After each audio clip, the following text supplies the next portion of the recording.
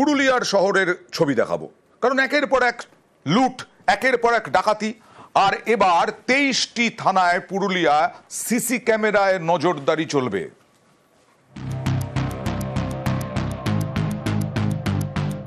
কখনো পেট্রোল পাম্পে আগ্নেয়াস্ত্র দেখিয়ে লুট, কখনো সোনার দোকানে ডাকাতি।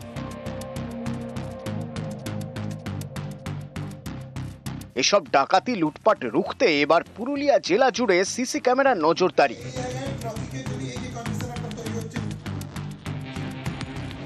পুরুলিয়া জেলায় মোট 23টি থানা। এই থানাগুলির সব এলাকায় সিসি ক্যামেরা ছিল না। এবার পুজোর আগে নতুন করে 469টি সিসি ক্যামেরা বসানো হয়েছে। আমাদের ডিস্ট্রিক্টের বিভিন্ন স্ট্র্যাটেজিক পয়েন্টে যে সিসিটিভিগুলো ইনস্টল করেছি তার মধ্যে একটা মেজর পোর্শনকে আমরা ডিস্ট্রিক্ট কন্ট্রোল রুমে নিয়ে আসছি তার ফিডটাকে। এখানে একটা 24x7 একটা টেকনিক্যাল সার্ভিলেন্স হবে। ঝাড়খণ্ড সীমানা ঘেঁষা পুরুলিয়া, এখানে কখনো ডাকাতি, কখনো অপহরণ। রবিবার পেট্রোল পাম্পে আগ্নেয়াস্ত্র দেখিয়ে লুট। গত 21শে মে ঝাড়খণ্ড ঘেঁষা পুরুলিয়ার ঝালদা থেকে কয়লা ব্যবসায়ীকে অপহরণের অভিযোগ ওঠে। 8ই এপ্রিল কোটশিলায় আয়কর দপ্তরের আধিকারিক সেজে বিডি ব্যবসায়ীর বাড়িতে লুট। 27শে অগস্ট 2023 পুরুলিয়া শহরের সোনার দোকানে ক্রেতা সেজে লুট। সম্প্রতি ঘটে যাওয়া এই ঘটনাগুলিতে ঝাড়খণ্ড যোগ পেয়েছেন তদন্তকারীরা। এরপরেই সিসি ক্যামেরায় জোর। ঝালদা, কোটশিলা, জয়পুর, বাগমুন্ডির মতো এলাকায় বিশেষ নজরদারি। পুরুলিয়া জেলা জুড়ে সব মিলিয়ে বসানো হয়েছে মোট 469টি সিসি ক্যামেরা। এটা বিরাট বড় কাজ হয়েছে পুরুলিয়া জেলার জন্য। পুলিশের নজরে সবকিছু থাকবে, অপরাধ কমে যাবে, কন্ট্রোল রুমটা থেকে সবকিছু জানা যাবে।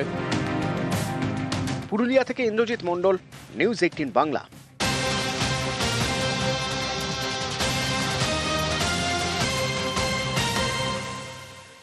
এইভাবে কি বৃষ্টি ভাসাবে দুর্গাপুজো?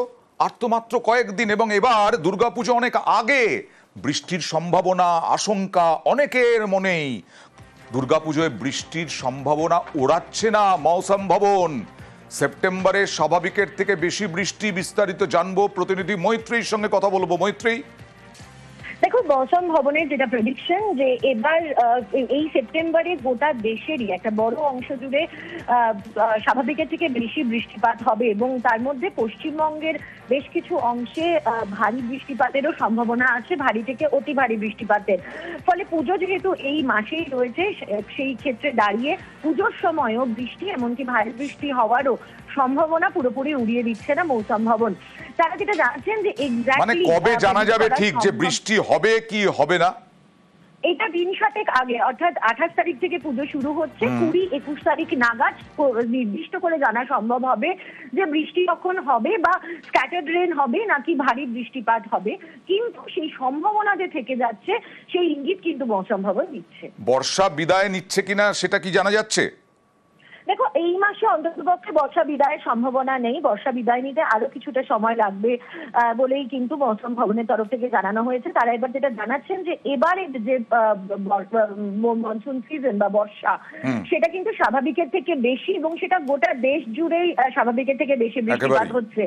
ইতিমধ্যে 107% বৃষ্টিপাত হয়ে গিয়েছে গোটা দেশ জুড়ে, যতটা হওয়ার কথা ছিল। ফলে আরো এই সেপ্টেম্বর মাস জুড়েও কিন্তু স্বাভাবিকের থেকে বেশি বৃষ্টিপাত হবে, এবং লোয়ার ডিপ্রেশন বা যে বলা হয় যে নিম্নচাপ, সেই নিম্নচাপও কিন্তু একাধিক তৈরি হবে। বৃষ্টি যেভাবে হচ্ছে তাতে বোঝাই যাচ্ছে বেশি বৃষ্টি হচ্ছে সেপ্টেম্বরে, শুধু নয় অগাস্টেও, এবং সেপ্টেম্বরে আরো বেশি বৃষ্টি হবে। সুতরাং পুজোর সময় আশঙ্কা একটা থেকেই যাচ্ছে। পুজো কি ভাসাবে বৃষ্টি? वेस्ट बंगाल की गांगेय क्षेत्र की बात करें, जहां कोलकाता भी आता है, वहां सितंबर महीना में एबोव नॉर्मल रेनफॉल होने का संभावना है। दुर्गा पूजा के टाइम कैसे वेदर रहेगा, इसका जानकारी 7 दिन पहले दिया जाएगा। भारत मौसम विज्ञान विभाग के द्वारा सितंबर महीने के लिए जो पूर्वानुमान इशू किया गया है, इसके हिसाब से कंट्री एज ए होल के लिए एबोव नॉर्मल रेनफॉल होने का संभावना है। খাঁচায় ধরা পড়লো চিতাবাঘ। খাঁচায় ধরা পড়লো উত্তরবঙ্গের ডুয়ার্সে। খাঁচায় ধরা পড়লো তার আওয়াজ, তার তেজ। দেখুন সেই চিতাবাঘের।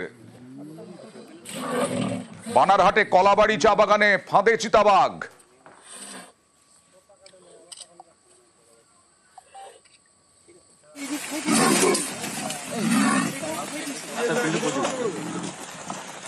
আজ ভোরে খাঁচাবন্দি চিতাবাঘ। কথা বলবো প্রতিনিধি রকির সঙ্গে। রকি, এই কয়েকদিন আগে একটা বাচ্চাকে তুলে নিয়ে গিয়েছিল এই চিতাবাঘই? একদম অয়ন, তুমি যেমনটা বলে অবশেষে কিন্তু বন দপ্তরের পাতা খাতায় ধরা পড়লো ঘাতক চিতাবাঘ, এমনটাই কিন্তু দাবি বন দপ্তরের।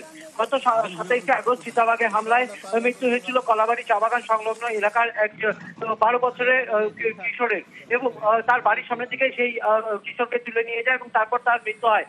ঘটনার পর রীতিমতো এলাকায় চাঞ্চল্য ছড়ায়। বন দপ্তরের তরফ থেকে সেই সংলগ্ন এলাকায় 3টি খাঁচা পাতা হয়, যেখানে ছাগলের টোপ দেওয়া হয় চিতাবাঘ দেওয়ার জন্য। এবং আজ ভোর নাগাদ কিন্তু এলাকার বাসিন্দারা, বাগানের শ্রমিকেরা গর্জন শুনতে পায়, সামনে গিয়ে দেখতে পায় খাঁচার মধ্যে চিতাবাঘ ধরা পড়েছে এবং বন দপ্তর সেখানে নিশ্চয়ই স্বস্তিও পেলেন সাধারণ মানুষ।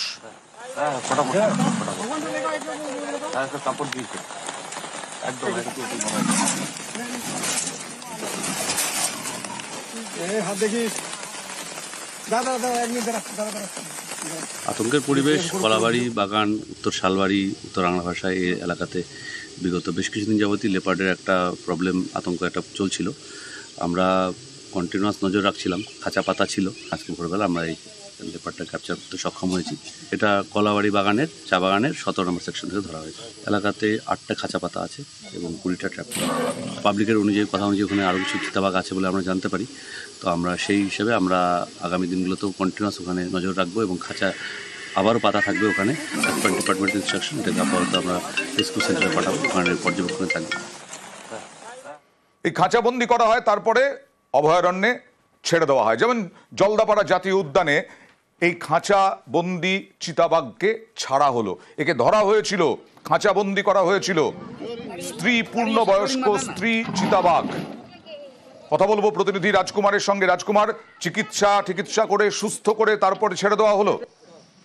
একদমই অন্য। দেখো, আজ ভোরবেলায় কিন্তু যে বীরপাড়ার গেরগেন্ডা চা বাগান, সেই গেরগেন্ডা চা বাগান থেকে কিন্তু একটি পূর্ণবয়স্ক চিতাবাঘ খাঁচাবন্দি হয়।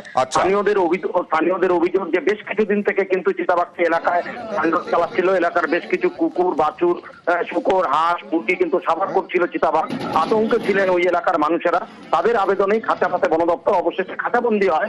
কিন্তু খাঁচাবন্দি হওয়ার পর এই চিতাবাঘকে কিন্তু আবার প্রাথমিক চিকিৎসা করে সুস্থ করে আবার একেবারে গভীর জঙ্গলে ছেড়ে দেওয়া হয়েছে, যাতে এই চিতাবাঘ খুব সহজে লোকালয়ে বেরিয়ে আসতে না পারে। বেশ।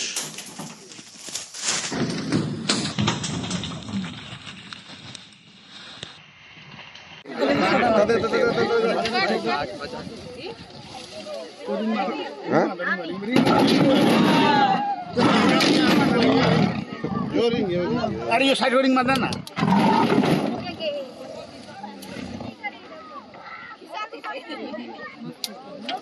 दे दे दे रस्सी दे